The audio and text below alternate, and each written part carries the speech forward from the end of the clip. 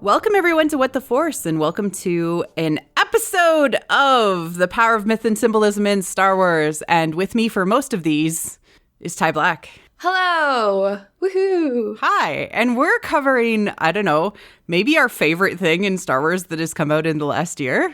Yeah, definitely. I mean, I've really enjoyed the Darth Vader comics. I've really enjoyed the Rise of Kylo Ren comic.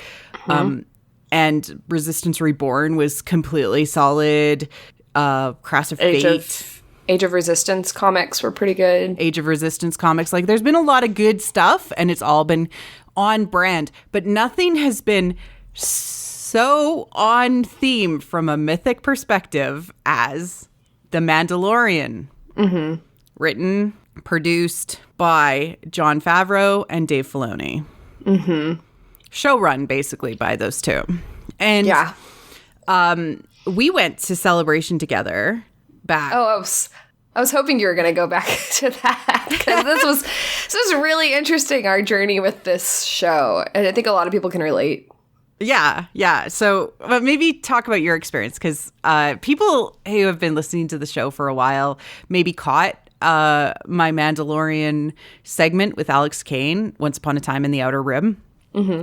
And you'll recognize the music from the top of the show from that. But yeah, talk about your experience with The Mandalorian, because I think that would be really interesting. Well, obviously it was my first and only Star Wars celebration, and then it was the only panel that I had gotten into. One of the bigger panels that you had to do the lottery for. Mm-hmm. And so when I went, and I had just kind of gone through some kind of personal trauma at the time, and I was reluctant. It was cold. It was raining. It was snowing. I remember it was like wet snow that day. So it was gross having to wait in line to get into the building. And it was that idea in my head was, oh, they're probably going to give us a poster. I don't want a poster. I'm not interested in this show. Like, I remember all of that. I remember being in the audience. And you've talked about this story on, I remember when you had Alex on, you guys talked about the fact that whenever Jon Favreau and Dave Filoni, like, Jon mentioned Joseph Campbell, and about how, like, Filoni was, like, basically mentoring him, and how he was like a Padawan, and like he's like, I've learned to like the prequels. Yeah. And then as soon as I mentioned Joseph Campbell, like I kind of froze, and of course Marie-Claire screamed, and she was like the only one that screamed in the entire auditorium, and I just like looked at her like, stop it. It was very like It was really funny, like, looking back on that, because it was a little embarrassing, but being a Joseph Campbell stan myself, it was very exciting to hear that come from them. Well, and it was a little confusing, too, because Jon also said, you fans of the original trilogy, this one's for you. For you, yeah. It was very confusing because, like, not that that's a problem. Like, no. I think that being a fan of the original trilogy is great, right? But it's kind of like, what is your lens of the original trilogy? Is it a Mary Henderson myth, the mythic lens from, the idea that this is all just myth, or is it something that's like nostalgia based? And The Mandalorian, I think, really does a good job of taking nostalgia and not giving it the way that you would expect it. Yeah, and there was this idea whenever we started getting more of that, like when they said like Joseph Campbell, and the way they talked about the show sounded a little interesting. It was like kind of perked my interest. And then we saw the trailer that they showed there, and I was like, okay, there's more going on under the surface. And I remember when we all went back to Twitter to talk about it, to talk about this trailer that dropped, to talk about what was going to happen when it premiered and what kind of story it was going to have. Everyone kept saying it's a Trojan horse of a show. Yeah. Everyone was saying that. They were like, this could really be the Trojan horse for the fans of the OT to bring them into this new era of Star Wars and of storytelling. And that is exactly what it was. Yeah. But it was done in a way that was like, It was done in a very specific way. It was very careful, but it was also very precise. But there are people that like did not like this show. Like, yeah. But the thing about Star Wars is that not everything is going to be for everybody. No. And that's okay. Like there's more than enough myth to go around. Right. And I think the beauty of The Mandalorian was that it was a Trojan horse of the show, but it also was very meaningful to parents who grew up with the OT trilogy who are raising their kids on Star Wars. Yes. You know, and that was very specific to them because the entire point of the show is handing it down to the next generation and carefully bringing them into the world of Star Wars. Yep. And how we see that actually play out like inside of my household. And I've talked about this a little bit on Once Upon a Time in the Outer Rim, but I'll bring it up again, is like my son is obsessed with The Mandalorian and with Baby Yoda. Yeah. Like obsessed. And he himself, who very much idolizes my husband as his dad, sees the Mandalorian as the dad to Baby Yoda. And so he pretends to be the Mandalorian as, you know, Dadalorian. Like he is that character, or the child, as they keep on putting on all of the marketing. Sorry, Baby Yoda, the child. Mm-hmm. I guess the Baby Yoda has a name, so they're refusing to call it Baby Yoda. Yeah. In official sources, but the child. Mm-hmm. My son has had a Zoom Zoom Yoda, which he has nicknamed Baby Yoda for like since he got it. So the fact that this was like primed, and Yoda is very popular with young kids. Mm-hmm. It was just very smart all the way around to just produce a show that's like this. But what is amazing about it is that it is steeped in Campbellian mythos. Yes. Deep steeped. Very, very, very deep. More than what people will originally, I think, see. When I watched it the second time around, it was very clear to me because I knew how it ended. So I can that's what it took. But the first viewing was I still had you know, I had reservations about it still. And then obviously I didn't go to watch the last couple of episodes because I had found out how The Rise of Skywalker had ended the saga. So I didn't finish the last couple of episodes until a couple weeks after seeing The Rise of Skywalker because I was very reluctant to finish that off. But when I went back and I watched it the second time, I don't think there's a scene in any episode I could watch without crying. I know that sounds a little extreme, but I was very emotional watching it the second time around. Why was that? Because it was very beautiful to see how the Campbellian myth is being handled in this show. In a way, it's so precious. Like, the child is so precious. And it is the elixir, it is the boon. That represents, not only for the story, but for the overarching myth of Star Wars, is everything that I had ever hoped Star Wars could be. And it's right here, you know? And just, I don't think the ending of TROS really has anything to do with it at this point.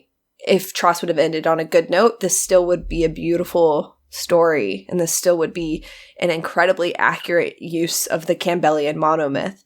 So I think it stands on its own, and I think it's absolutely beautiful telling. And I don't know where they're going to go with this, but I think this first season is go back amazing. To what I said before, that this show is an era bridger. This is just like Rebels was, trying to bring people from the old generation, the Clone Wars generation-ish and before, right, into the new era of Star Wars storytelling. Rebels did that, right? And literally Ezra Bridger, era bridger, like that was the purpose. We have a Jedi-ish person, this Force user, that theoretically can span the entire length from a age perspective of multiple sagas. Yeah, right? definitely. So they could push very, very far into the future in the future storytelling and have the child be a grown-up old Yoda. Yeah. Have it tie back to this era. Mm-hmm. And before, because he was born in the same year as Anakin, there's significance to the dates. Mm-hmm. Right? Yeah. It spans all of the storytelling of the original, like the original story of Star Wars. Yeah. Where it comes from.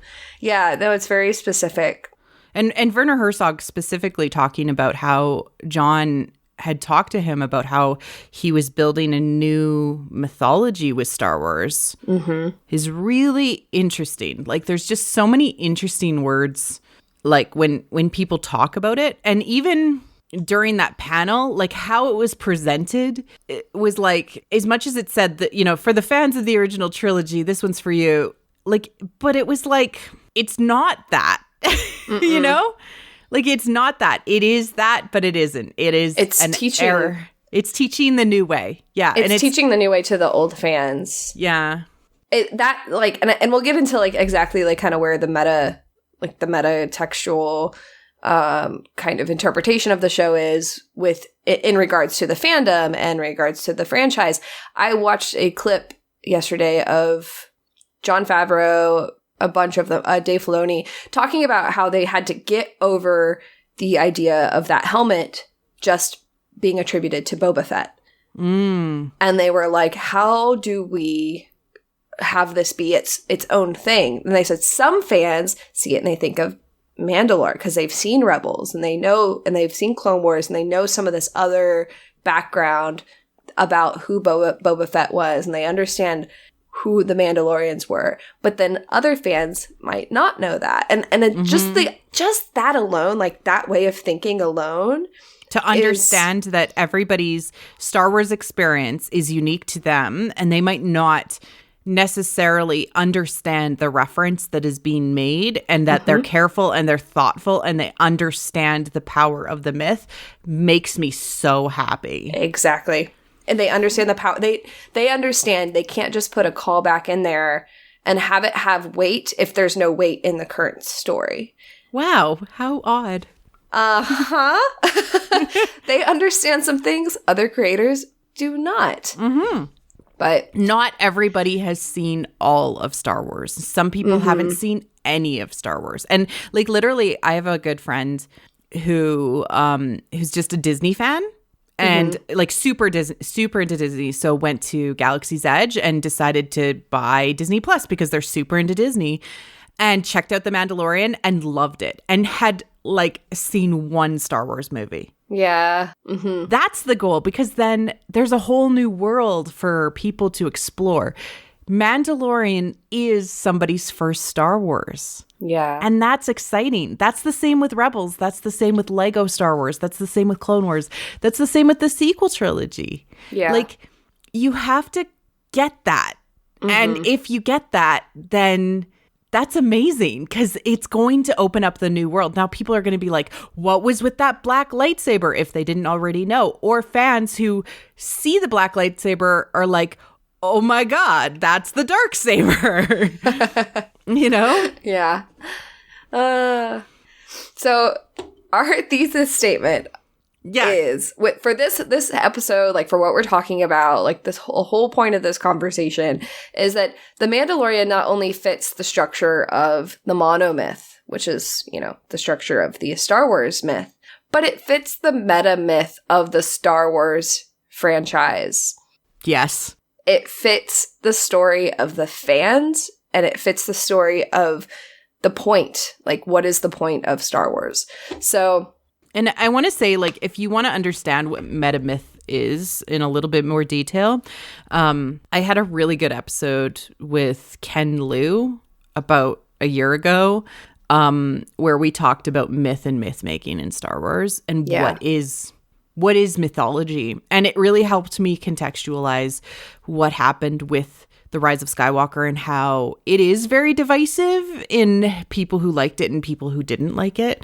And even, you know, The Last Jedi, because that was the frame by which we had the conversation, was like how, you know, there's different mythologies for what's happening, because it's all through our own personal lens of how much Star Wars we have understood or consumed or bring into ourselves to affect us. Yeah. And the different things we choose to consume will change our perspective on what the overall layout is. And one of the things I've come to terms with is that Star Wars has to be incredibly clear with its messaging from a thematic perspective. Mm-hmm. And Mandalorian succeeds in all of the levels that I needed it to. I don't think I actually have a single criticism for the show, except for maybe not bringing Fennec Shan back that season, but I have no doubt that she'll be back next season. Yeah, I agree. That's a pretty good. Yeah, I'm the same way. Yeah, that's the only criticism, just because of the sensitivity around Asian actresses in Star Wars, and like. Yeah, I don't know. Just I'm with what happened was a little weird, and so yeah, it wasn't as clear as it probably could have been. But it does make me think maybe next season's going to be the comeback to that. And I want to talk about the structure as well, because although it completes a full hero's journey, it's also kind of only completes the first part of a larger journey. So are we thinking this is going to be 3 seasons? I would love it if it's 3 seasons. That would be perfect. Because there's rings within rings within this. The whole first season was, first of all, it was only 8 episodes, which is really interesting if you think about it from a mythic perspective. It would be great if it was 8 episodes and then 8 episodes and then 9 episodes to finish it out. We got a journey home. Yeah. So it would be really interesting if they told it that way. But I could see that because this entire first season, Mando is sort of reacting to a lot of things. Yeah. I'd rather see him, or not rather, I cannot wait to see him be that conscious hero. I want to see his face more. You know, I want to see him be his own person. He just got his signet in the last episode, his last episode. Boon, right? That's the boon of success. That's his boon. Yeah, that's his boon. And being the father and all that kind of stuff, accepting that role, being a phoenix that rose from the ashes, all of that is all within his first episode of his journey. This whole season was just the beginning for him. There actually is not a lot from a conscious perspective. He didn't consciously do a lot of things. He was being dragged along on this adventure, and things were happening to him rather than him happening to things. Exactly. Yeah. So they could go a lot of ways with this, but so let's start from the very beginning of what is the mythic structure of the Mandalorian. And for people that haven't heard a lot of breakdown of Campbellian myth and what the Joseph Campbell structure is of a myth, this is the perfect episode to break it down with, because it is laid out in such a simple way. You can literally watch the show over and over and over again, and you can learn different parts of what Campbell was trying to teach. Mm-hmm. It's really beautiful. So I want to say, before I talk about the setting, I want to say the structure of the show is 8 chapters, and 8 chapters the episode titles are The Mandalorian, 1, 2 is The Child, 3 is The Sin. Oh, I didn't even notice this. I see the notes now, and I'm super excited. Oh my God. Holy hell, Ty Black. It's very clear. So the first 3 episodes are all with the title The Mandalorian, The Child, The Sin. The 4th episode is called Sanctuary. Just Sanctuary. No The. The next 3 episodes are The Gunslinger, The Prisoner, The Reckoning. And then the last episode is just one word, Redemption. And even though it's 8 chapters, not 9, so it doesn't directly reflect the saga, these 8 chapters represent, if you break out the hero's journey into 3 parts, you can call it the ordinary world, the special world, and then the return. And there's always thresholds by which you experience transformation by going into those new worlds. Exactly. So right? the first... So there's gateways. There's gateways. The Mandalorian, I won't dig into this too much, but the when it does the first, because I want to get into more depth later, but the first 3 episodes, The Mandalorian, The Child, The Sin, all takes place in the ordinary world. And then Sanctuary is the threshold to the special world. And then the Gunslinger, the Prisoner, the Reckoning take place in the special world. And then at the end of the Reckoning, at the beginning of the Reckoning, actually, he crosses the threshold again. And then the redemption is the return. And at the end of the redemption, he crosses the threshold back to the ordinary world. To the ordinary world, yeah. Yeah. Because he completes the full journey, which it allows him to have brought back to the community his ordinary world change and how to be different. And I did cover this in Once Upon a Time in the Outer Rim, but I'm super excited to talk about it with you. Yeah, there was some things that you guys covered because you watched it every week when the episode dropped. And there's things that you hinted on, and obviously there was more things that Alex and MC got to, like, in depth, which we won't cover here really. But it's really interesting, like, hearing that. We also covered, like, the genre aspects of each episode and to talk about, like, why use that specific genre in that way. And it will be really interesting. I'm going to try to go back after we record this episode and re-listen to my episodes on that, because I think, like, re-listening to those and viewing this in context will be really interesting, like almost the meta of the meta. Yeah, meta of the meta, exactly. Yeah. So the show begins in the ordinary world, and the ordinary world for the Mandalorian is sort of a kind of underworld. So that is the beginning of our journey. His ordinary world is the world of crime, and its base for him is Navarro, which is this, like, volcanic planet with caverns underneath. So there's, like, built-in conscious subconscious. Yeah. from a symbolic perspective, because whenever he is kind of digging into his past when he's in the ordinary world, he goes underneath the city. Because it's his past. The Mandalorians that live under there secretly. Yeah, that's basically what it is for him. So yeah, he's living in kind of this between world for his past, and that is his ordinary world. Like, that is the Mando's ordinary world. Yeah. There's a quote from Cara Dune in, like, the second to the last episode, The Reckoning, where she says, "The city's dug in pretty deep. There's no cover when you drop in." And it's a very clear reminder, again, the message being very clear, that the city is actually dug into the volcanic rock, and it's not sitting on top. So it's just another callback. And there's only one way in and out of the city. And it's through the gateway. It's an archway. Yeah. It's very, very clear. And that archway is taller than anything else around. It's taller than the ships that land. It's taller than the city. It's the only way. It's very interesting because, like, it's not like the only people that are able to kind of, like, maybe there's like a force field or something, like, from a sci-fi, like, in-universe mechanic, but it's all just symbolic. That archway could be, like, knocked over, but people still land outside and walk in.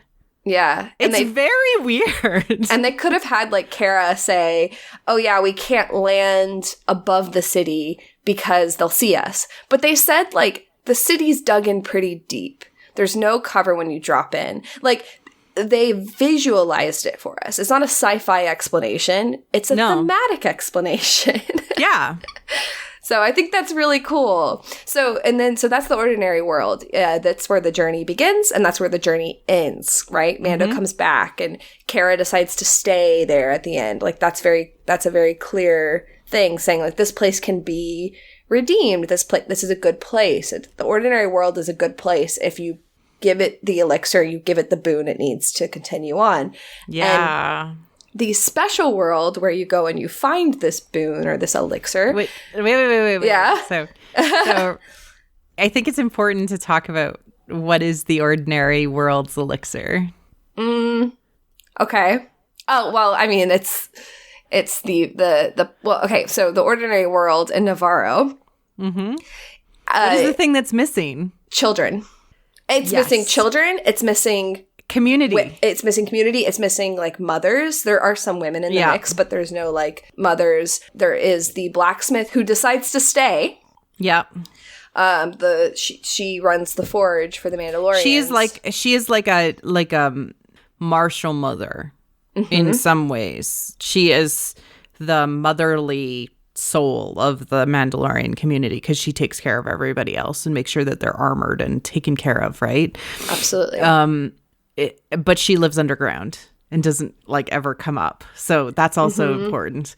But it is the sense of when we have children, we are living for somebody other than ourselves.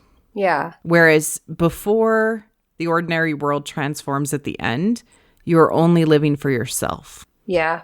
And so what actually happens is that the sense of community that's underneath flips and becomes above. Yeah.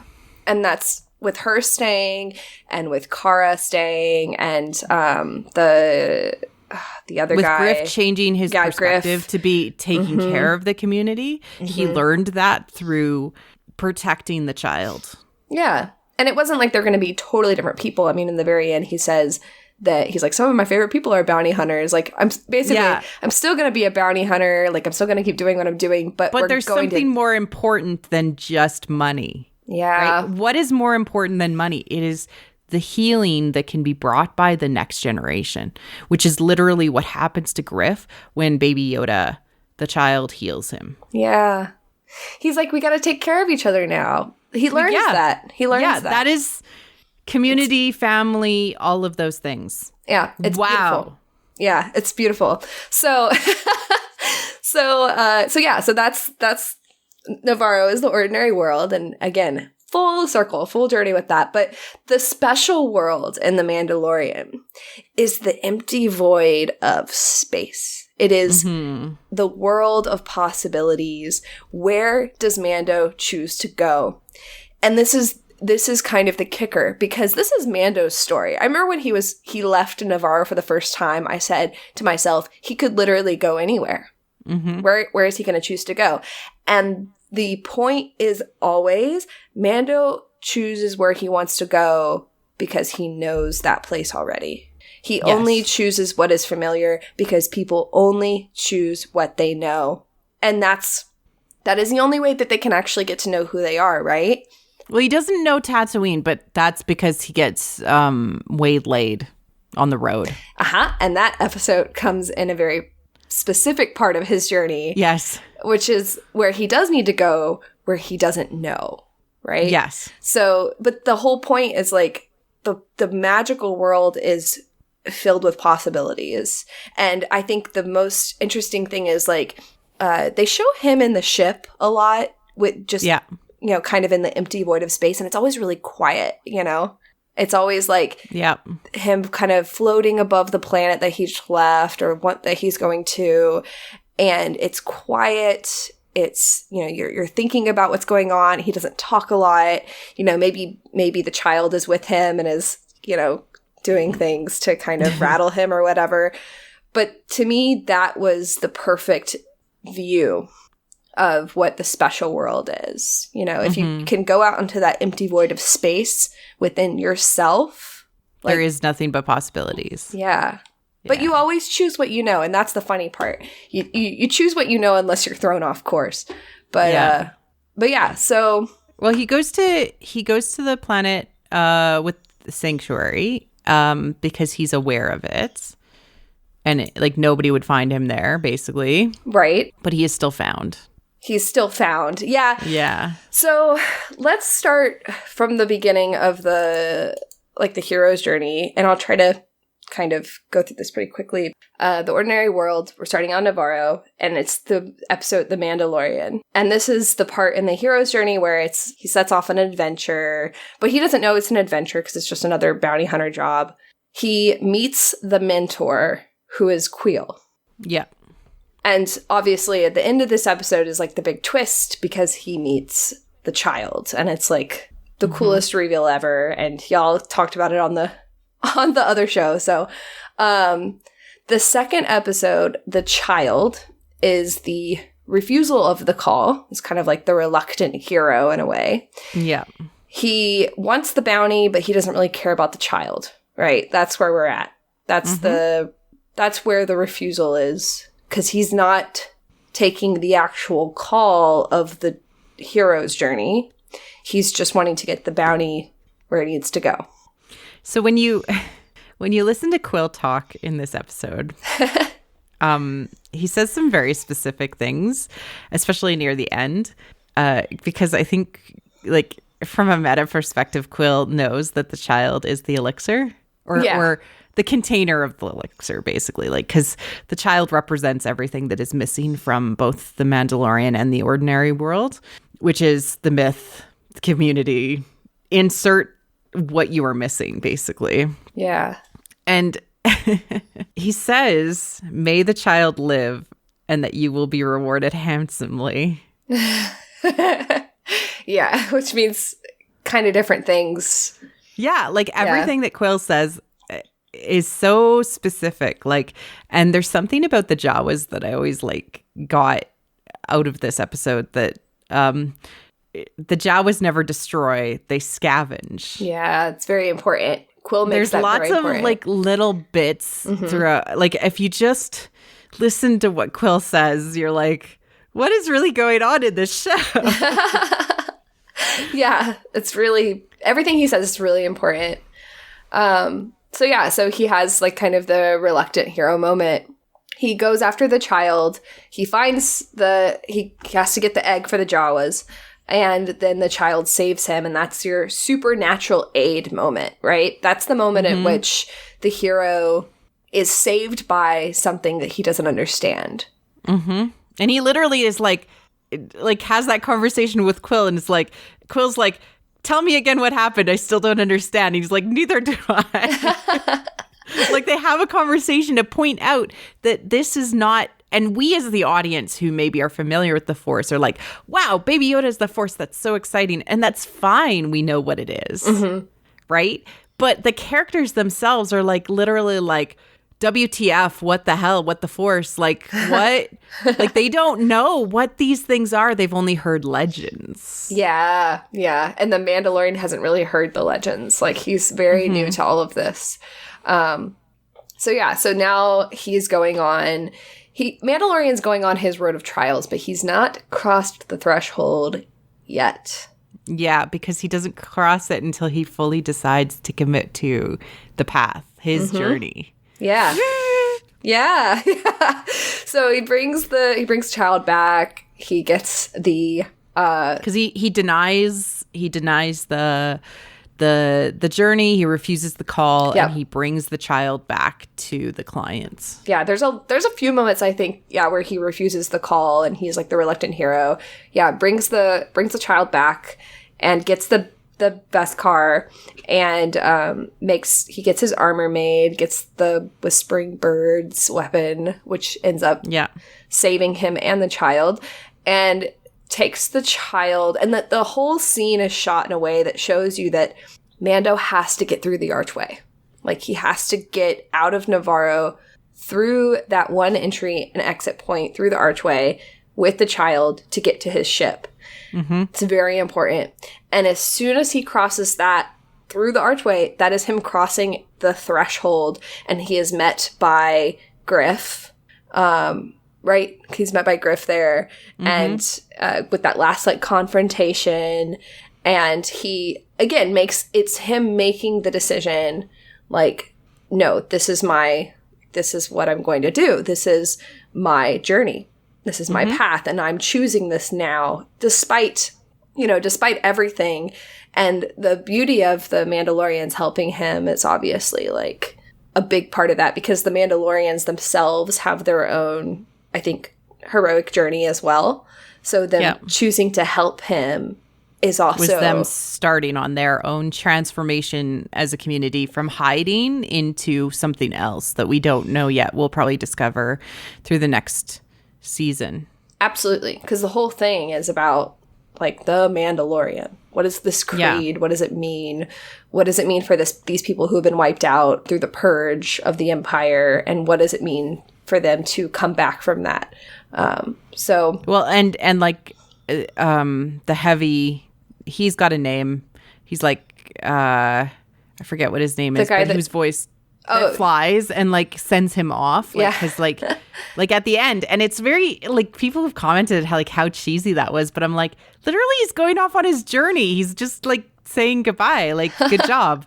And he's flying with him, like he's saying like, you'll have allies, you'll have help. Like there's so many cool moments in The Mandalorian. Yeah, and it's also that kind of setup for the idea that the foundlings are what's important to Mandalorian culture.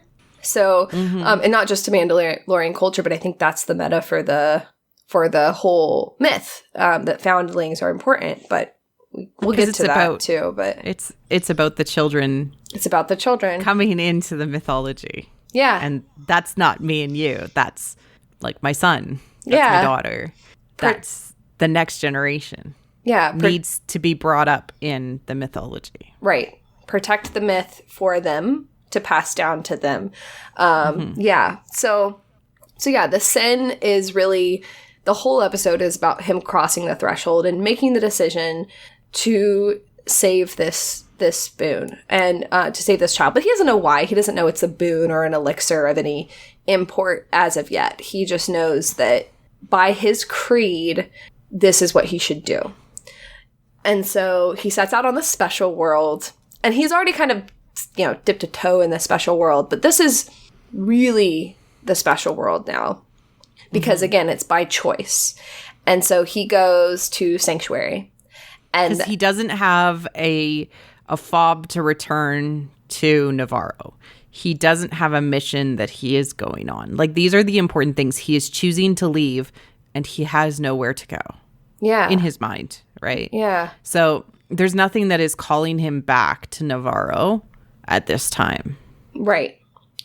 And everything has gone, to hell in Navarro. Sideways. So everything's gone sideways. So he goes to Sanctuary. Well, I call it Sanctuary. I forget the name of the planet, but he goes to the village that has the blue krill, blue everything, and they all wear blue, and and there's baskets everywhere, which Josh pointed out to us. Is like the symbology there is that they're containers, they're vessels, because like women are like kind of that, the symbology of women is that we are vessels, we are containers, we hold kind of the next generation, we protect, we take care of things, right?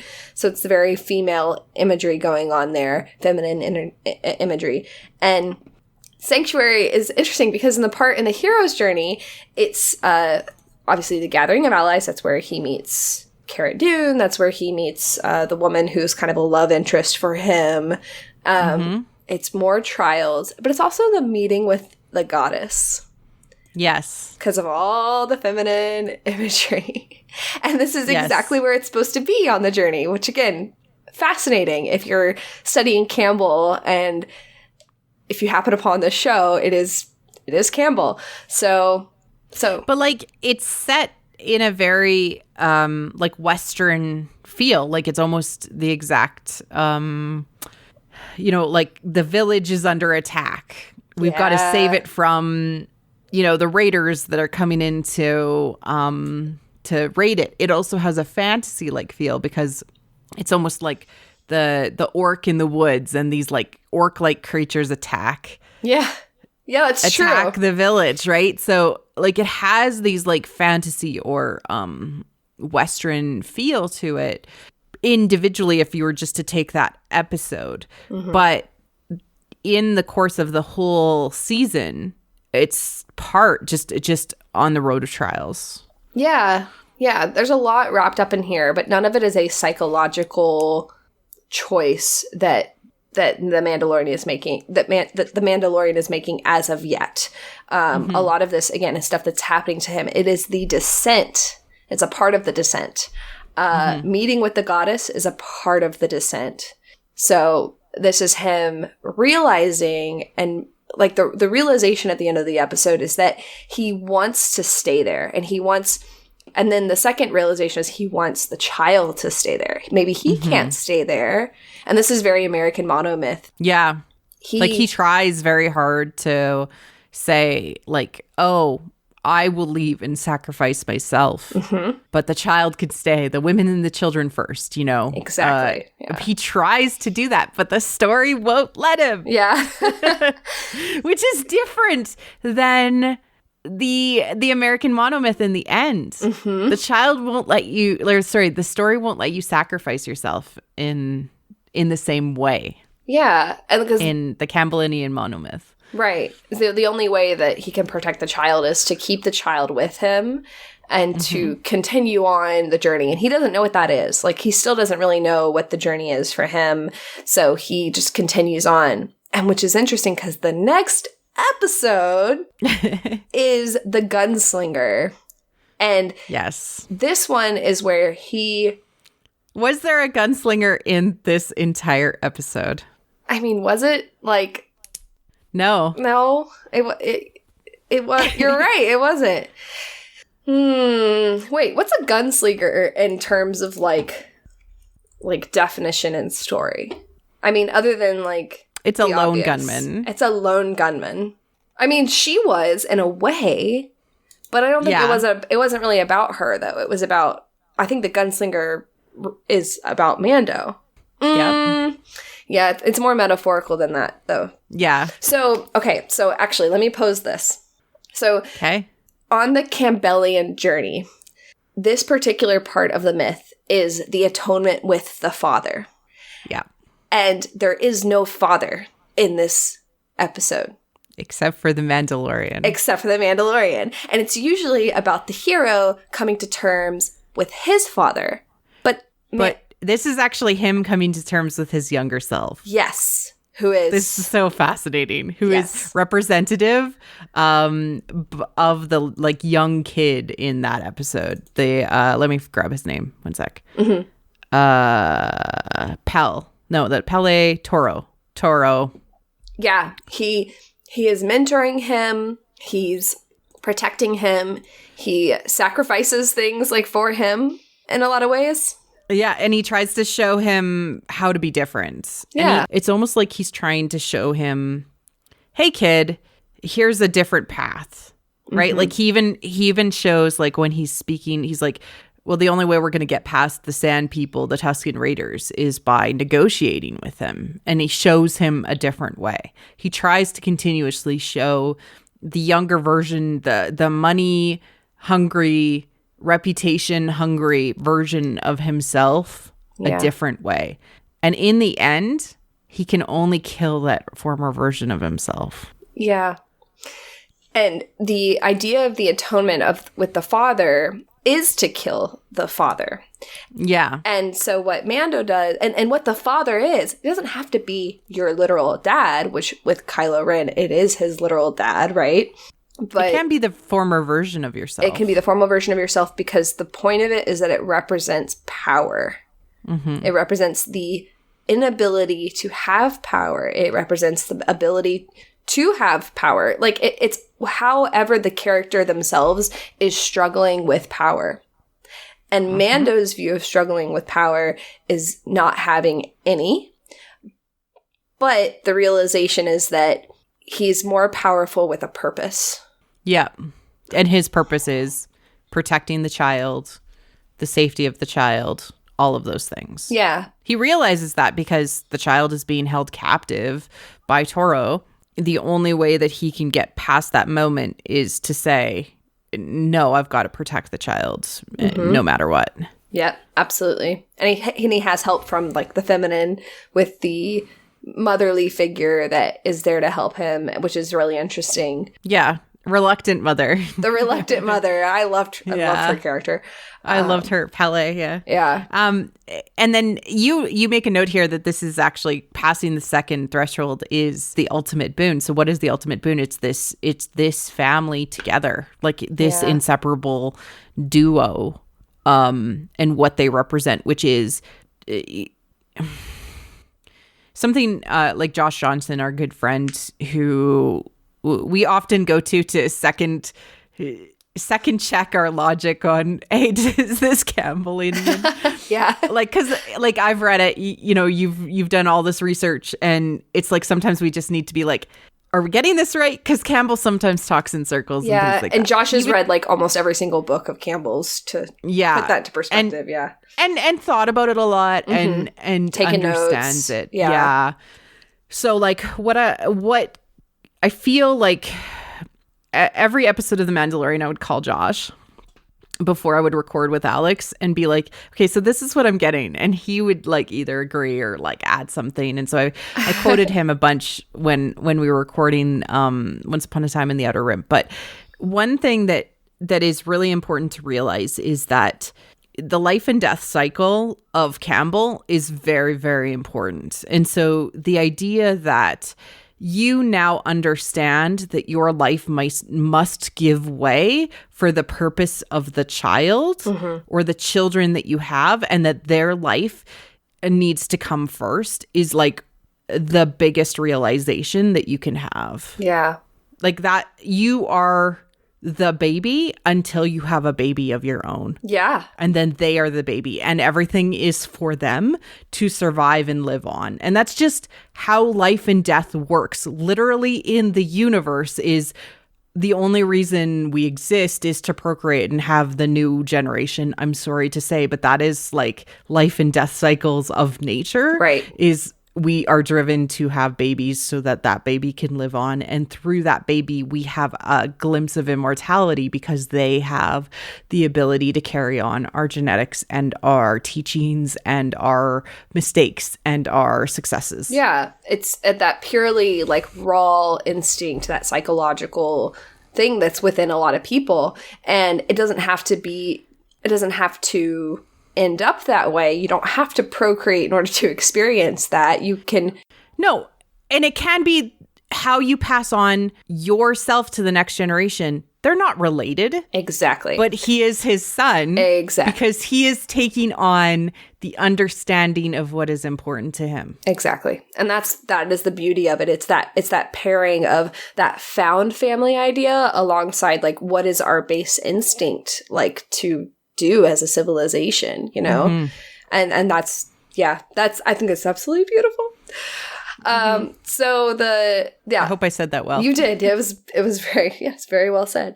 That is the second threshold. That is the ultimate boon, is when Mando realizes that he would kill in order to protect this baby, which is the entire point of the myth. It is the myth, and we'll get to that in a bit. But and that gets to him understanding that he is, and by the time he leaves back into the ordinary world, he becomes the master of life and death. Yeah.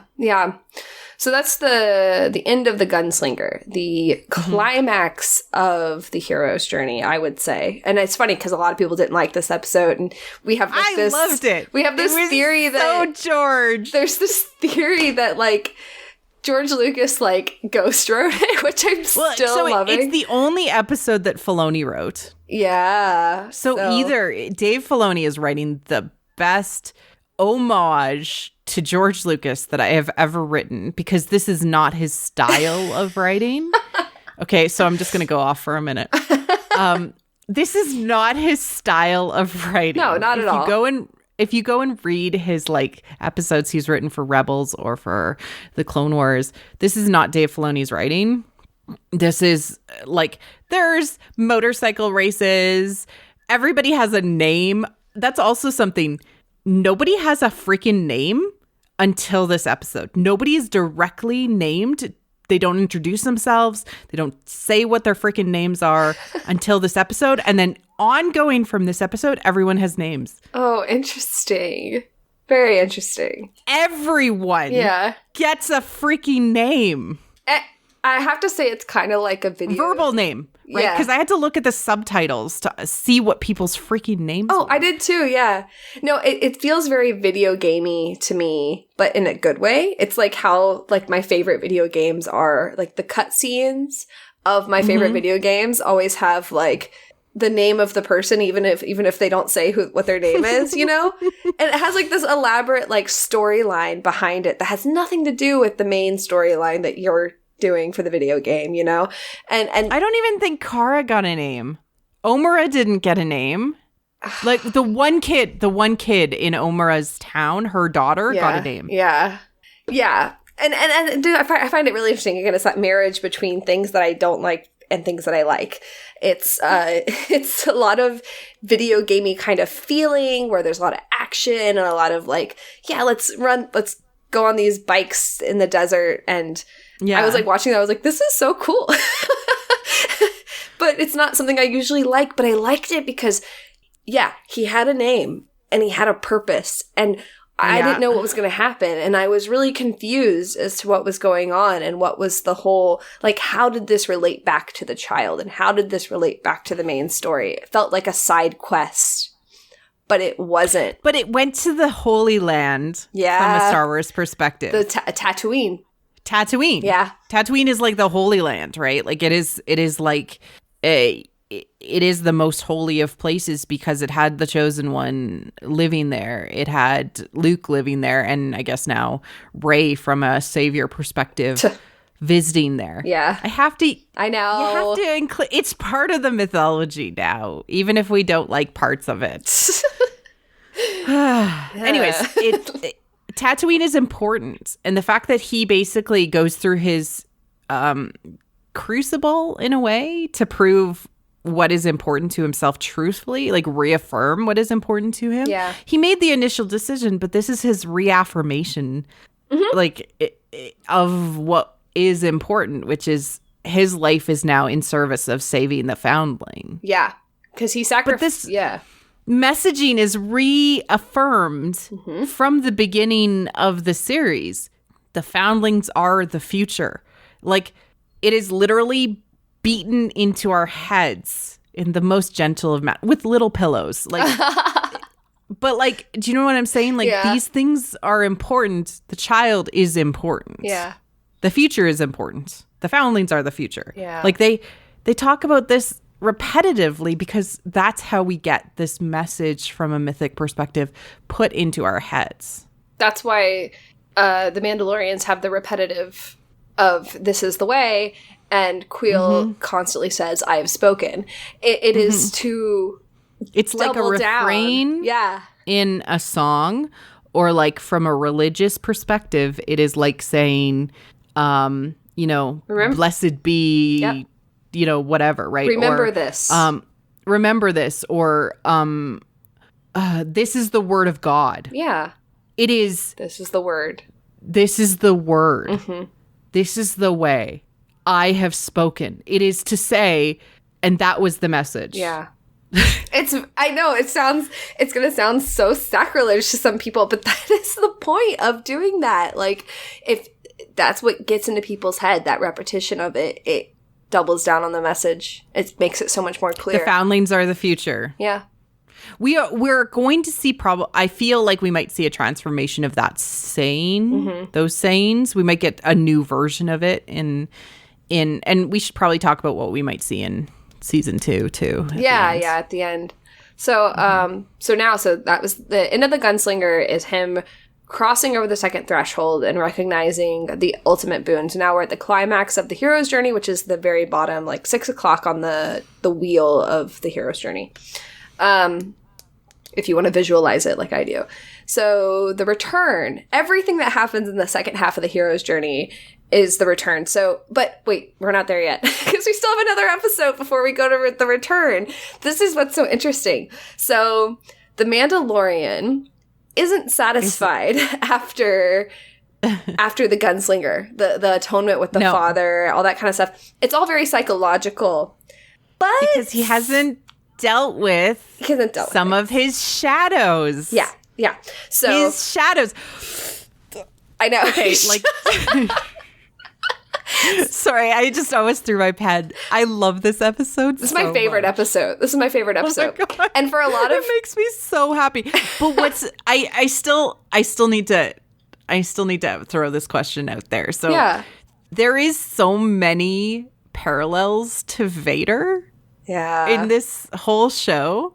And this episode in particular is so Vader paralleled. It's crazy. Yeah. Like, just from a symbolic perspective, like the internal workings of the prison versus the external look of the prison looks like Vader's, like, meditation chamber. Mm-hmm. And the scene with when Vader cuts down everyone at the beginning of we have that horror aspect repeated in like he is the monster in your nightmares.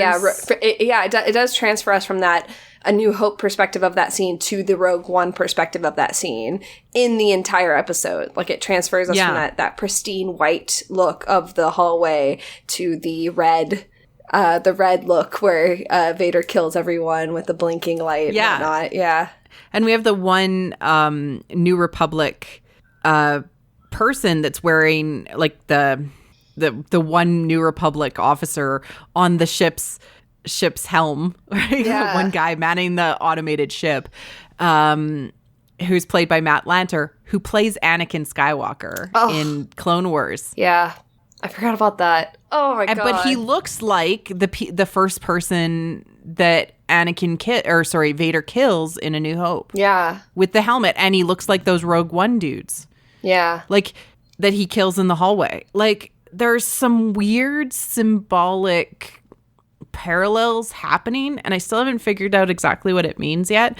But, like, pay attention to the Vader-esque aspects of the Mandalorian and, like, how he's, like, trapped in his armor and stuff, and he only takes off his helmet when he's basically on the edge of death anyways. And there's some really cool stuff happening. Yeah, there is. So this whole episode is started. It's deeply psychological. It's definitely my favorite episode of the series. A lot of people don't like it for similar reasons that I like it. But so the whole thing is kicked off by Mando's refusal of the return. And this is, like, an essential part of the hero's journey. Just like there's a refusal of the adventure, right? The refusal. Because he gets a message from Griff saying, "Come back. We'll figure this out. Come back." Yeah. Right? And that's the call to come back. So return back from this special world, please. We need you back in the ordinary world. And he's like, "No, I'm just going to put that message aside," which comes back to haunt him later. Yes, it does. Yeah, because so the refusal of the call, it's so literal, this one. It's so good. So he refuses the call. He decides to go do this job. And he goes to this other bounty hunter guy, and that he gets he's like jobs a fixer from. basically. Yeah. And he's and the whole time you're thinking as you're watching this, he's just doing the thing that he always does. He's just going back to what he thinks he does best. And all he has now is he has all these shadows now that are coming back because he's dredging up the past. He doesn't want to, but he's doing it either way because he's changed now. Right? And they all fit archetypes of himself. They all fit archetypes of himself. And I know you mentioned it on the show with Alex, but I love this interpretation of mine because I think it's so fascinating that it all has to do it all has to do with violence. Because it's not as clear cut as, like, oh, these are the different sides of Mando, because it doesn't do all of that. It's all how Mando views violence. It's how he deals with killing people. Because it's like, you like it. Yep. You just like to destroy. You find it sexy. Yeah. Right? You're methodical and machine-like for it. Or you just like the money. You do it just for the money. Like the money. Yeah. Yeah. So it's all of those different sides of him that. So because we have the paid mercenary, we have the heavy, devil looking guy that's played by Clancy Brown, which was so nice to actually see him, like, actually in an episode, because his voice has been, like, all over Star Wars from an animation perspective. It was really nice to actually see him on screen. Yeah. He was great. The full costume. I didn't know that. I love him. I loved him in the episode. I loved everyone in the episode. We have the Twi'lek, right? Who represents his, oh, you like to kill. You're, it turns you on. Yes. Oh. Yes. So this is. And then we also have the machine-like version of him, which is, the droid. You're just you're just doing this because it's the rational thing to You're do. programmed to kill. You were raised to kill. So like the creed of the Mandalorian, the way that he was raised in the fighting corps, right? Mm-hmm. So that part of him is programmed to kill. Like that's what he was trained to do. So yeah, there's different sides of him, and a fun part about this is in a Campbellian perspective. What they represent is, first of all, the entire prison ship is the belly of the beast. It is the parts of the self where you will find the deepest, darkest parts of you. You'll find your shadows. And a hero can experience lots of different things in the belly of the beast depending on what they need to figure out. And one of the things, he experiences a lot of them, but the three main ones I think are, one is a woman as a temptress. So he has the temptress who's telling him, you like killing. Killing is like, basically killing turns you on. It makes you who you are. That's the only way anybody can do what you do. Well, yeah, you like killing these droids, don't you? Yeah. And she says that a lot, and like how she even says like you like it. Yeah. Like yeah. And she uses the their relationship from the past against him to kind of make those points as well. Kind of tempting him in that sexual way. So there's that person that he has to contend with, and then there's a brother battle where he defeats the mercenary part of himself and the traitor. I think both of those, the guy with the bunch of guns, the one that's like more human, and then the one, the Twi'lek, who is his twin, brother who was betrayed, and the brother, the twin of the Twi'lek girl. The Twi'lek, yeah. That's like a brother battle. That's like dealing with who he is, but it's a brother type figure. It's like kind of his Mando brothers, you know, like the other people who are like him, who were trained to kill, who were trained warriors and whatnot. And then like the traitor aspect, again, he is a traitor. So he's kind of fighting the traitorous part of himself. And then obviously the dragon battle, which is the guy with the horns, which is the giant guy with horns. Yeah, the one you're talking about. And that's another Campbellian thing, is the dragon is the brute, the greed within you, the things that you hate the most. And at the climax, or not the climax, but the very, very end of all of this, we find out that he did not kill any of these people except for the traitorous part of himself, and the one that set all this in motion. But he put away all the other shadows. He put them into the prison, and he locked them there, and he cut off the horns. He put them into the right place. Yeah. Cut off the horns of the man with horns. Oh my God, I've been wanting to talk to you about this moment for the longest time. It was so cool because I mentioned it in the show, and I was like, oh my God, he cut off the horns. Yeah, he cut off the horns. Which is like... Because you did a video like on this concept. Yeah, about it being about how like young people, or like when you're in the beginning of that journey where you come to terms with that shadow and you face the shadow, instead of really understanding it and getting to know it, you cut off the horns, but they always grow back. So yeah, they always grow back. Yeah, but because this was like this is an interesting case because it was not him. Like it was a shadow projection of him, but it was actually somebody else entirely. And he fights this version. He defeats this version, and in order to humiliate it, he cuts off the horns, but he leaves it alive. So it's almost like saying, "I refuse to be a brute. I refuse to be a dumb killer." Almost, you know what I mean? Yeah. Like it's like I refuse and a to killer without purpose. Yeah, killer without purpose. Because in the last episode, he represents like just killing. Because he doesn't know what else to do. He doesn't know how to do anything else. And that's the brute aspect of it. I think in the last episode, by killing that young man, he understood the sanctity of like life more. I think that's where we're getting with the idea of him not killing these other ones, was saying, hey, like, you don't... There is another way. There is another way. You don't have to kill these, especially if they reflect parts of you. Because again, that's the message being clear. Don't kill the parts of you. Like, that's... I was really stressed watching that episode. Up until the very end, because I was like, oh, no. I thought he killed them. I thought he killed all of them. And I was like... And you don't kill your own shadow. Yeah. Like, that's a really really important thing, is that you don't kill your own shadow. You understand it, and then you consume it. Yeah. And bring it into yourself. And that is what is effectively happening symbolically, is that he's putting it away. He's... Like, his shadow is described by, like, Robert Bly as your trash bag of stuff. So he's just sorting it and putting his trash where it belongs. Yeah. That is what's important. Yeah, taking it from dragging it behind himself to kind of incorporating it back into his home, figuring out where it goes, like you said. So yeah, he does that in the end, and it's very satisfying because it means that Mando, again, is making conscious decisions about who he is and who he wants to be. So that's where it's like we're getting somewhere.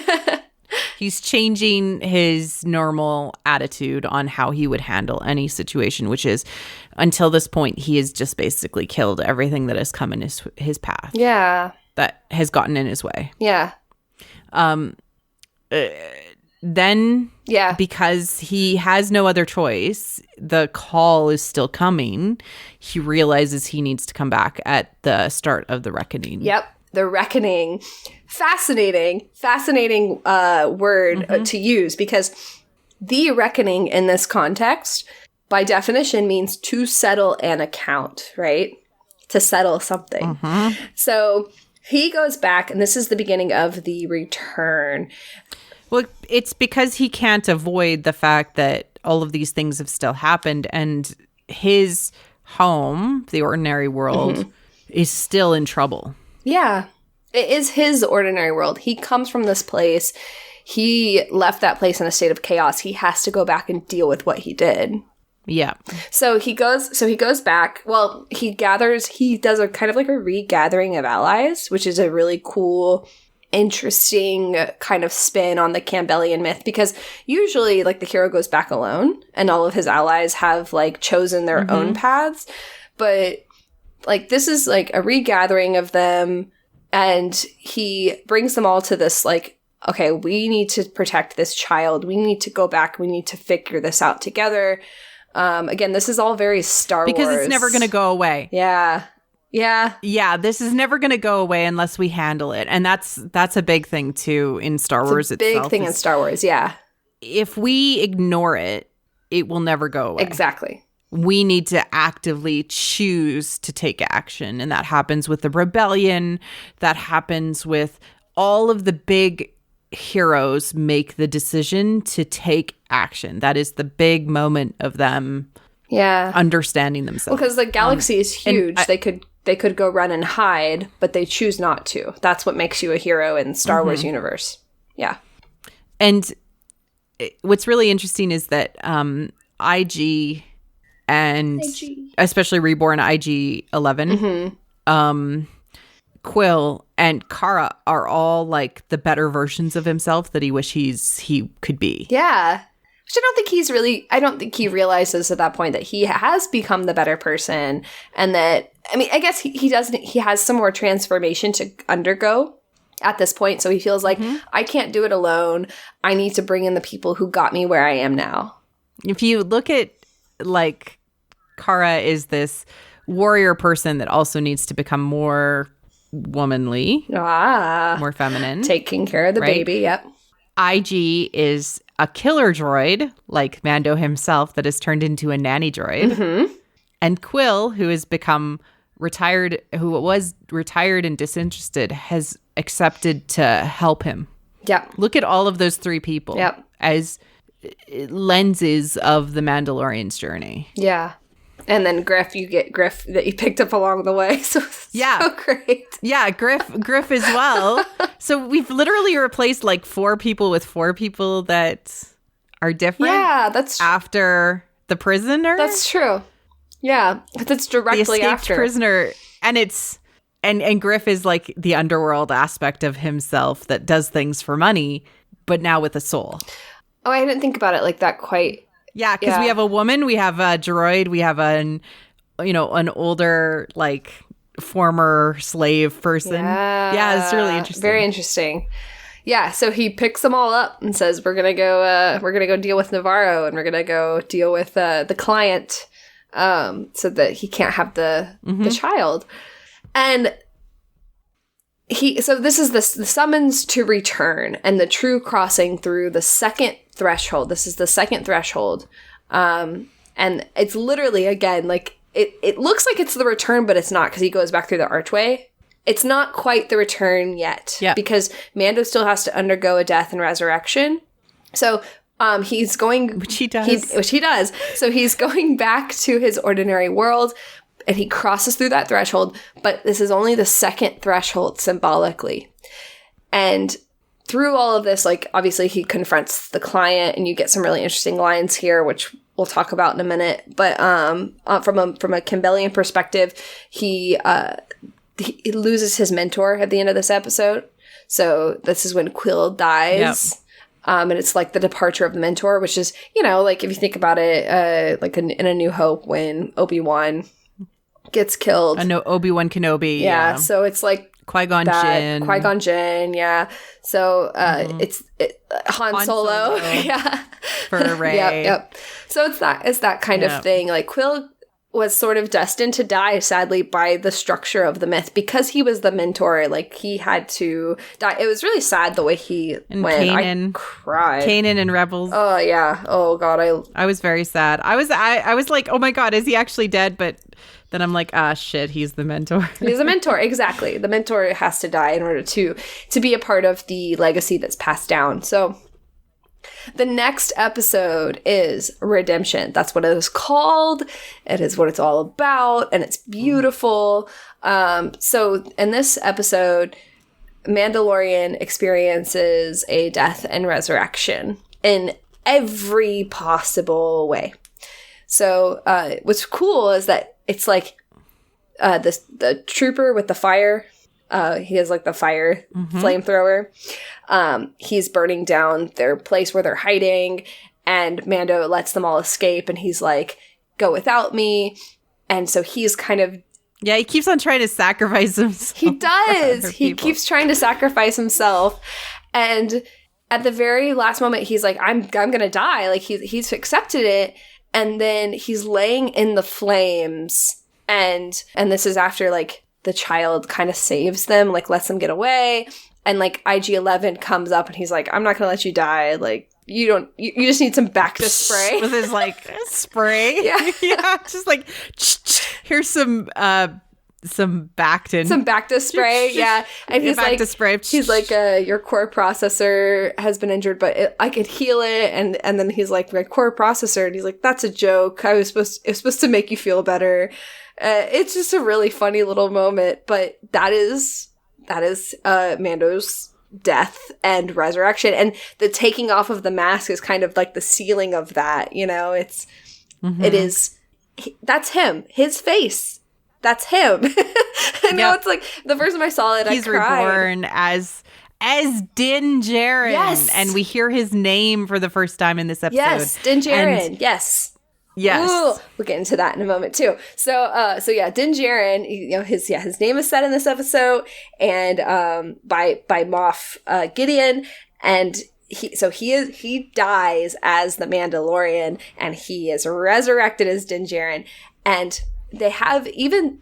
This episode is so packed with myth. I can't even, I'm going to try to summarize it. So they have a... Well, they go to the underworld. Well, yeah. So they have what they call in myth, like, the magic flight, which is, like, whenever, Frodo and Sam are on the eagles carry them away from the mountain. The magic flight is the escape with the boon. So they go, and this is the fun part, because they go into the tunnels underneath the city, right? So they're diving further. And they see nothing but into the, So they dive further into kind of like the subconscious, but it's no longer really subconscious to, like, Mando doesn't really have to deal with any of that anymore, but he's kind of getting that synthesis now. It's like, it's synthesizing everything he's learned. And he gets because he's there with his allies, right? Yep. So that's important. He's not there on his own. He's there with the boon. Right. He's got the boon. He's got his allies who made him. His community. Made him who he is. It's his community and with the child. Right. So he goes back to, they go back to the forge. So this is after IG-11 heals him. They take him. They're like, no, silly, you're not going to die. Come on. We're going to go together. We're going to keep on. And he has a catharsis moment with getting his signet. He gets a signet, and he also gets the rising. Isn't it the Mudhorn? It's the Mudhorn. But yes, I put these two together because to me, like, they're both about the catharsis. So he gets the Mudhorn signet, which symbolizes his you are of two, or whatever she says. Yeah, you're a tribe of two. You're a tribe of two. Clan of two. And then she also gives him the rising. She says, you were trained in the rising phoenix, weren't you? Oh, right. The rising phoenix being his jetpack. Yeah, she just gives a jetpack. They could have called that anything. And she's like, you were trained in the rising phoenix, which is literally, again, like, he literally just died a rebirth in fire. And he's going to be, and he's still underground. He hasn't come out from underground yet. Yeah. He is going to be the rising phoenix. So that's literally, like, that. It's so clear. So I just love it so much. So they go into the underworld of Navarro, and they have like the river of lava, which is really, really cool on its own. And you guys talked about this in your episode, so I won't go too far into it. So they take the boat, and this is where, in the Campbellian terms, rescue from without happens, which is the most unlikely person to rescue the hero, which is IG-11. It's exactly what happens. Like, there's a rescue without happens in, like, Lord of the Rings, when Gollum helps them destroy the ring by sacrificing himself. Because Mando views IG-11 as an enemy, even though he's helping him multiple times, and he actually sacrifices himself. It's just like with Vader and Palpatine. It's just, I mean, it's very, like, Star Wars-y. I mean, theoretically Ben now, right? Yeah. Yeah. I mean, yeah, like, this is the legacy of the Skywalkers. This is the myth of Star Wars. But yeah, the most unlikely hero saves the main hero, and then therefore becomes a hero themselves. And this is also, from a Campbellian perspective, it's like the sacrifice is made by the world. So IG-11 represents the world in its current state, sacrificing themselves for the future. So, and we'll get into that when we talk about IG-11. So this is the crossing the return threshold when they come out of the, IG blows himself up, blowing up all the stormtroopers. They come out of the river of lava. And it's so interesting because it's like the thing he was made to do. Yeah. Was sacrifice himself, because he kept on trying to sacrifice himself in the first episode and to not be taken alive. Yeah. That is the thing, even though, like, he's there as like, I'm a assassin droid, but my manufacturer protocol, which is like a big thing with droids, is like what they are made to do. You can never not do the thing you are made to do. You can only hope to do the thing you are made to do in the most beneficial way. And this was the most beneficial way for IG-11. And they explained it really well. So they come out of that, and then Mando's last kind of like the big showdown is that he uses the jetpack to become like the master of the two worlds, the master of the underworld and the master of the special world, the master of the ordinary world, however you want to spin it. He is the rising phoenix. He flies when he isn't expected to fly. He takes down Moff Gideon. And yeah, so and in the end of the show is that he is he gets the freedom to live. He gets the freedom to take the child and to go wherever they need to go to continue like their journey. And we know there's going to be a continuation. But then he also gives the boon to like Kara and Griff to kind of restore Navarro on their own. They even say, we rid the community of the scum and villainy. The scum and like they're all gone. Yeah, they say that. I'm like, are you kidding me? But like, whatever, it's fine. It's for kids. It's just they rid the community of scum and villainy, and it's now not they just for kids. It's also for people who are not familiar with the terminology too. No. It wasn't the scum and villainy part. It was the idea that they had, I guess, got rid of all of the bad, but they didn't. The Griff made it very clear they're still going to live on the edge of scum and villainy. They got rid of the Empire. They got rid of the Empire. The true evil, not because everybody else that's like part of scum and villainy, from Griff's perspective, still lives by the guild code or whatever code. They all live by the guild code, so they have a rule of law internally. True.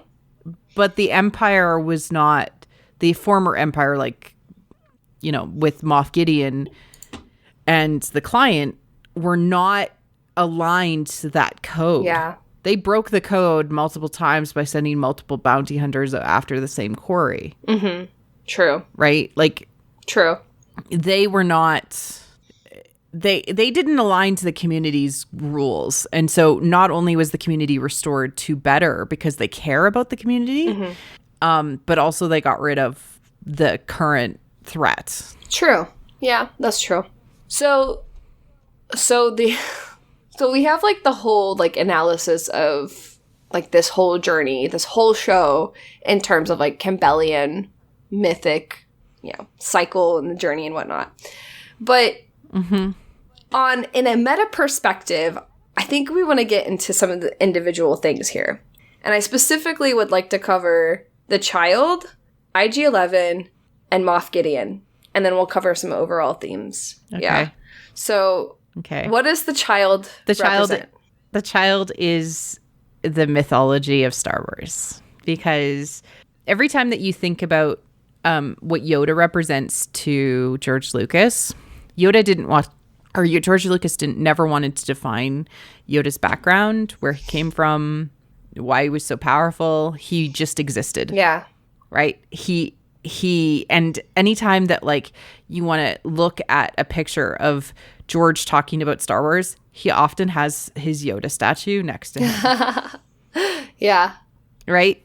Yoda is the mythical of Star Wars. Yeah. And even when Luke goes and is seeking out the most powerful master in the galaxy, it's Yoda. Mm-hmm. Yeah. Yoda is ever present when we talk about what is the deepest, darkest, or what is the most important layer of mythology. We have him in each of the trilogies for a reason. Mm-hmm. Yeah. Yeah. And so, but it's something new. It's not Yoda. Yeah, this is the new version of Yoda. Yeah. And so like what's interesting to me is whenever the reckoning happens, and at the very end of the episode, you know, to settle this debt or whatever is what the reckoning means. Mm-hmm. They drop the baby, and then the baby is picked up by some random stormtroopers, right? And this episode, and I know we've talked about this before, but I'm never going to stop talking about it.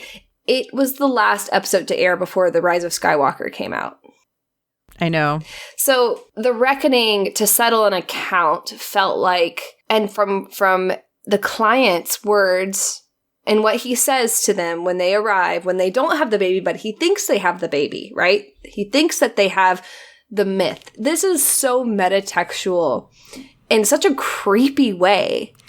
Yeah, if you just listen to this episode, as in, we needed to finish the sequel trilogy so that we could tell our stories the way we wanted to tell our stories. Yeah. It's bizarro weird to listen to. Can I offer you a libation to celebrate the closing of our shared narrative? It sounds like this is the end of the saga. Will you have a drink with me? And then he goes into his whole monologue. The Empire improves every system it touches, judged by any metric. Safety, prosperity, trade, opportunity, peace. Compare Imperial rule Disney, to what is happening now. Look outside. Is the world more peaceful since the revolution? I see nothing but death and chaos. I would like to see the baby. And then Griff says, it is asleep. Because they don't want to give away the fact that they didn't bring the baby, but the baby was stolen anyway by a couple of grunts. Yeah. By a couple of grunts. I'm just like, come on. It's again, it's not like this was done intentionally. Of course it wasn't done intentionally. I mean, it could also say, like, hey, we're done the Skywalker saga, like another lens to view it. We're done the Skywalker saga, and we're moving on to the next generation of storytelling in the most dramatic way possible. In the most bleak way possible. It's a very bleak. In the most bleak way possible. Yeah, it's very sad. But it is saying that. It is saying we're starting something new. That is what is trying to be said by these last 2 episodes. With the lens of we're taking the core, this baby version of the myth, which is still the myth, it's just a new version of it, and we're gonna start something new. So how do we start this new thing? And we kind of alluded to this a little bit. IG-11 to me is representative of all of the fans that have stuck around since the beginning. Or it's like any old fan of this, of the OT, it's like older fans who are parents to me, specifically. So I'm going to read Quill's monologue about IG-11. Oh, God. I love this so much. It's so good. I love it so much. I love it so much. It's so good. So this was after he found IG and kind of like rehabilitated him. So he says, he was left behind in the wake of your destruction. I found him laying where it fell, devoid of all life. I recovered the flotsam and staked it as my own in accordance with the charter of the New Republic. Little remained of its neural harness. Reconstruction was quite difficult, but not impossible. It had to learn everything from scratch. This is something that cannot be taught with the twist of a spanner. It requires patience and repetition. I spent day after day reinforcing its development with patience and affirmation. It developed a personality as its experiences grew. And then when they show his personality, they show IG-11, he goes to put the box down for like the second time, and then he sees like there's a lizard underneath where he would drop it, and he shoos it away. And then he puts the box down. And Mando asks, is it a hunter? And then Quill responds, no, but it will protect. Dun, dun, dun. So to me, like, he reprogrammed, like, so the child is the myth, therefore IG-11 is the myth of the older fans. He was reprogrammed to be a protective parent of the myth. Like, you need, as an older fan, to recognize and be reprogrammed in a way that you have to protect the new generation's story. Myth. Yeah, the new myth. You have to carry it on, because only with your support will it continue. That war between like what is old and what is new is only going to destroy. But having the older recognize the new will help bring the new into actual fruition. It will actually help it continue. And there's this part in episode 8 where, in the redemption, in the very beginning, where IG-11 comes and saves the child, and he kills the two grunts. Yeah. And he picks up the child and he says, I'm sorry you had to see that. Or that was unpleasant. I'm sorry you had to see that. It felt, again, this episode aired after The Rise of Skywalker. So again, it's like pulling like these weird meta mythic threads about the fandom and about the franchise. And Queel also says, none of us will be free until the old ways are gone forever. Yeah. The old ways must be gone forever. It's so clear. So the old ways, in my opinion, are non-mythic storytelling. I agree. There's a difference. It's not just what is old. It's not about like getting rid of Disney, because they're never going to be gone of Disney. No. But it's about telling the story mythically all the time. Because you have to tell the story from your point of view. You have to understand the story, absorb that, and then put it into your own lens. Do I want Dave Filoni to do Jedi School for every creator that comes into Lucasfilm? Yes. Mm-hmm. Mm-hmm. I mean, Jedi School, if that produced The Mandalorian, I'm very happy. Oh, I agree. Absolutely. Yeah. So it like, I agree with you. I still don't know how meta the commentary can be that they did on purpose. Like, I'm not a conspiracy theory person. I don't know, but it ends up being this way. Yeah. Which is wacky. Yeah. I think that's kind of my point of view on it, is that if you want to look at it that way, if you want to look at it with that lens, you can. And that is the message that it delivers. And it's fascinating. Yeah, it's wacky. Yeah, super wacky. So. Yeah, because like the saga doesn't end in a sufficient manner to Ty and I to actually end it. It's actually more of a beginning. Yeah. Again. And so I'm interested in what the new mythology will be. I'm interested in the Baby Yoda of mythology. Yeah. Because that's for the generation like my son and my daughter and the kids that are coming up with Star Wars. Yeah. And that's going to be their Star Wars. Yeah, true. And that's, because they're going to watch him grow up, hopefully, which would be interesting. Yeah. There's another character I wanted to just mention briefly, which was Moff Gideon. And I thought some couple of things were pretty funny regarding his character. Obviously, he's styled as Darth Vader. Obviously, he's possessing the Darksaber, which is he's kind of like obsessed with Mandalorian culture, it seems like, because he was like an Imperial, like this was his case, like the case of the downfall of Mandalore, like that was his, like under Imperial rule. So he knows everything. And this is so funny.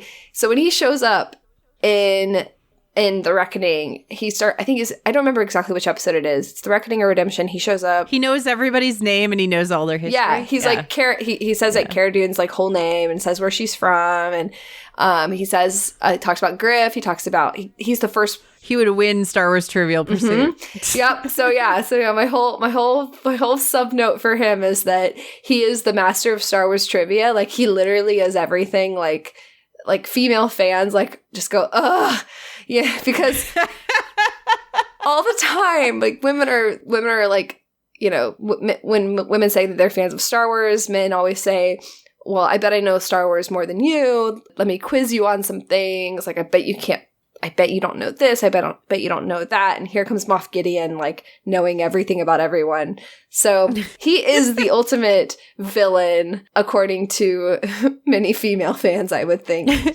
So yeah. So that was my little note about Moff Gideon. Yeah, I liked your note about stealing the legacy of the Mandalorians. Yeah. And then Sam Witwer, when this episode aired, like tweeted out, "That Darksaber is mine," or something like that, and you almost read it like in Maul's voice, because Sam Witwer again plays the voice of Maul in the cartoons and in Solo. Yeah. And it's like, so what does the Darksaber represent? And I actually have a theory about what the Darksaber represents. That'd be fun to look into. We could do a whole episode about that, I think, because the from maybe an episode about Mandalorian legacy, because that would be really interesting. And I think that they might be setting up like High Republic, because that's been something that's been brought up a fair amount. But like the past and the concept of space wizards versus knights. Yeah. And Mandalorians being the knights and the space wizards being the rival clan, which they do bring up. They do bring that up, as Yoda's, the child's. Is he an enemy? As the child being an enemy, but a foundling from this rival space wizard clan. Oh God. Which is like, yeah. Because I want Star Wars to go full medieval galaxy far, far away. Knights, armor, more swords. Yeah, more swords. I love it. Yeah, I agree. Like honor, codes, all of that. Yeah, I think that would be so cool. And it felt like it. This show felt like that. So the overarching themes of this whole show, and we'll try to summarize it, is 1, everyone is baby. And what does that mean, Ty? It means like the universe is baby. Like this is what MC always says when we have like misunderstandings on Twitter where we get into arguments with people that you hit that wall where you have like a genuine misunderstanding and you don't know how to continue. MC always says, well, the world is baby. And I think it's really funny little summation of the fact that like everyone's on their own journey, and any step in your life, doesn't matter how old you are, how young you are, you're always going to reflect a child not understanding what they're getting themselves into. And you have to like be a hero and go on your own journey and figure out your own path in order to understand, because you're always going to hit those areas of misunderstanding, and it's up to you to make the conscious decision to learn what you are misunderstanding. One thing that everyone has something to learn. Yeah. Right. Like it's a very Buddhist, Zen Buddhism thing, is that like, if you don't understand transcendence and, you know, the path for yourself, it's because you're still on it. Yeah. And even if at the end you're like, hey, I finally understand, it just means you're about to start a new journey. Absolutely. Yeah. And we never know what's going on for other people. We don't know what Moff Gideon's thing is. Mm-hmm. He seems like a straight up villain right now, but I'm sure we're going to find out that he's more complex than that, and there's more history behind the scenes, because the thing about Star Wars is there's always more to a person, and as bad as they've made him seem, he will become more complex, which will be good. A different point of view we'll probably get. Yeah. I'm hoping for a full Moff Gideon redemption by the end of the match. I would love it. I love it. I want a full Hidden Fortress. He seems like the ultimate bad guy who, like, War Crimes Tribunal, the first time we've ever heard the word tribunal, as much as some people would like to say that everybody has to go through a tribunal. The first time we ever actually heard the word tribunal / war crimes was in The Mandalorian ever.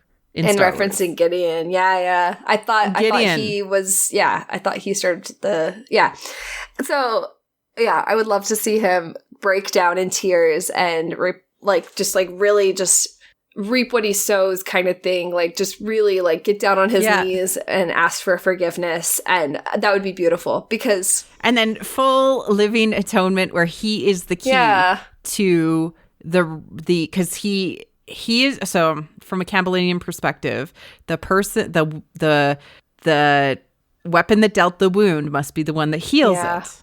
So he is the one that caused the purge. Okay? We know this. The purge of the Mandalorians. So he is going to be the one that saves them. That would be beautiful. And it would be really beautiful if, like, the child's story was tied up in that, and wanting revenge and wanting to hurt him, and then finding that he can't do that. That would be a different side of the heroic journey. I can't... For our child? For the child, yeah. Wow. Yeah. There's got to be something tied up with Force users somewhere in there too. That'll be really, really interesting. Yeah. But yeah, everyone is baby, including Moff Gideon. Yeah. Right? There are no sins that cannot be forgiven. And that's from Dave Filoni, one of the executive producers of this show. So there's one more thing I want to say. I'll skip all this other stuff because we pretty much covered it. Dave Filoni is incredibly patient. And this is something I've learned from this show. Mm-hmm. Patience is a huge theme of the show. It is a huge message. And no one exemplifies this other than Dave Filoni. Obviously, he thinks the long game, and so you have to He thinks about different types of fans. He understands people can learn and can change. He does this on a metatextual level, and he does this in his storytelling. He is incredibly patient. He wants to give things the weight that it needs, but he also doesn't sacrifice the structure for that. Yeah. And he loves Star Wars like nobody has ever loved Star Wars. And he loves George Lucas's Star Wars so much, and he respects that, but he's also not, I would say, bound to the same. I think he lets it speak through him. Yeah, like he knows that each storyteller has to bring their own voice to the story, and that takes patience. That takes patience. And Bryce Dallas Howard saying, like, you know, George views Dave Filoni like a son. Like, yes, exactly. And it's not this generation's storytelling. It's the next generation's storytelling. Yeah. That's what's important, is that this is fully going into, especially with this new medium of streaming TV show. And I love the fact that they're not bound to like a specific length of show. They could literally like make whatever length they want, because it doesn't matter. So it's like, do what you need to do for the sake of the story. Yes. And there's some other stuff like, you know, Mando learns from violence. Redemption is a huge thing. Yeah. Redemption with atonement, massive thing. Like Griff Karga's not a good person. Still lives. Yeah.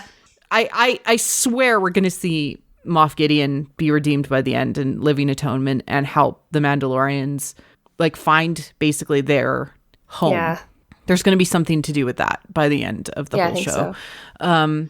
Yes, Dave is patient, and he has learned about giving satisfying endings to story. Like he purposefully built Rebels the way he built Rebels to have a satisfying ending to the story. So I trust him with endings especially. So amazing.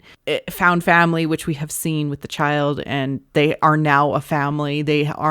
And they have a mission too, which is either find he has to stay with him until adulthood, which is just so funny because that's like hundreds of years. Yeah. Or find his clan or his tribe or his, you know, group of space wizards. Like those two things are impossible. So this was a life sentence. Yeah. So cool. And then finding your own path, your own signet, etc. Yeah. It's like, you know, and that ties to the Razor's Crest, which we have talked about before on Once Upon a Time in the Outer Rim, about the Razor's Crest representing the hero's journey. And he literally, his ship is named Crest, which is signet, and razor, as in the razor's edge you have to walk to find your truth and find your path. Yeah, totally. I think that was a good summation. This show is so good. It's so good. I'm going to watch it so many times. I love it. I know. I'm looking forward to my next rewatch. Yeah. I'm looking forward to seeing where it goes with second season. And on that, if it's going to be, I could see it doing two things. I could see it will do another complete hero's journey throughout the course of the second season. So I think that's what they're going to do. They're going to do a mini ring within the big ring. And what I can see them doing is either doing 3 seasons or 4 seasons. The second season would either take them partially into the special world from a big ring perspective. And then the climax would be, the atonement with the father. Yep. Right? So Din finding out who his parents were and what was going on with that. Or Moff Gideon could actually be a father figure in a way. Yeah. In what he has to deal with. Yeah. And then the next season could be like kind of the return from that. The journey back, trials, etc. Everything being hard until they move into the ordinary world, and then it's the return home that whole season. But each of these will follow a mini hero's journey for the whole season. Yeah, I can see that. That's at least, I think, what they're doing, because that's what they've done before with Ring Theory. Yeah. It's expected. It's expected. Yeah, it's expected. And hopefully we get it. If it doesn't, I will be like, oh, wait, what's going on? And then like look at it like that. But yeah, like to me, that's what's going to happen is we're going to get 3 to 4 seasons total, because I think that especially with seeing what they did with Rebels, I can see them breaking it out into 4s rather than 3s, and especially Kathleen Kennedy talking about how she wants to get away from the trilogy based model. Yes, which I totally understand. You know, so it's like how can you break the hero's journey into 4, and that's how you break it into 4. Totally. But we definitely only got the first part of the journey because the boon is the child and the signet and the family. Right? So there's more to do. So what is the true boon? What is the ultimate boon? It is massive community for our Mandalorian. Yeah. It is having a people, not just the creed. Yeah. Having a home, things like that. So again, having Moff Gideon be fully redeemed and helping the Mandalorian people be restored would be the most Campbellian thing that they could do. That'd be really cool. Yeah, I'm with you on that. Cool. Any last thoughts? No, I think we covered it pretty well. It makes me happy. This is a lot of fun. Yeah, it was. All right, Ty, where can people find you other than on What the Force? They can find me on Twitter at black_TYM, or you could find me on YouTube at Wit and Folly. Thanks so much. Cheers. Thank you for listening to What the Force. I'm Marie-Claire Gould, your host. Our music is orchestral music composed by Christy Carew for What the Force. We have a Patreon at patreon.com/whattheforce. We'd like to thank all our patrons, especially those who love and are obsessed with What the Force. Melody, Night Huntress, In Wild Space, Susan, Jessica, Brad, Anna Perez, Macau Mom, Neil, and James. Make sure you like and subscribe on your podcast app of choice or on YouTube. Leaving a 5-star review on iTunes helps other people find the show. You can connect with us on Twitter at What the Force Show, What the Force Podcast on Facebook, or on our website, whattheforce.ca. We also have a new Discord. Links are available in the liner notes. Feel free to reach out and start a conversation. Cheers.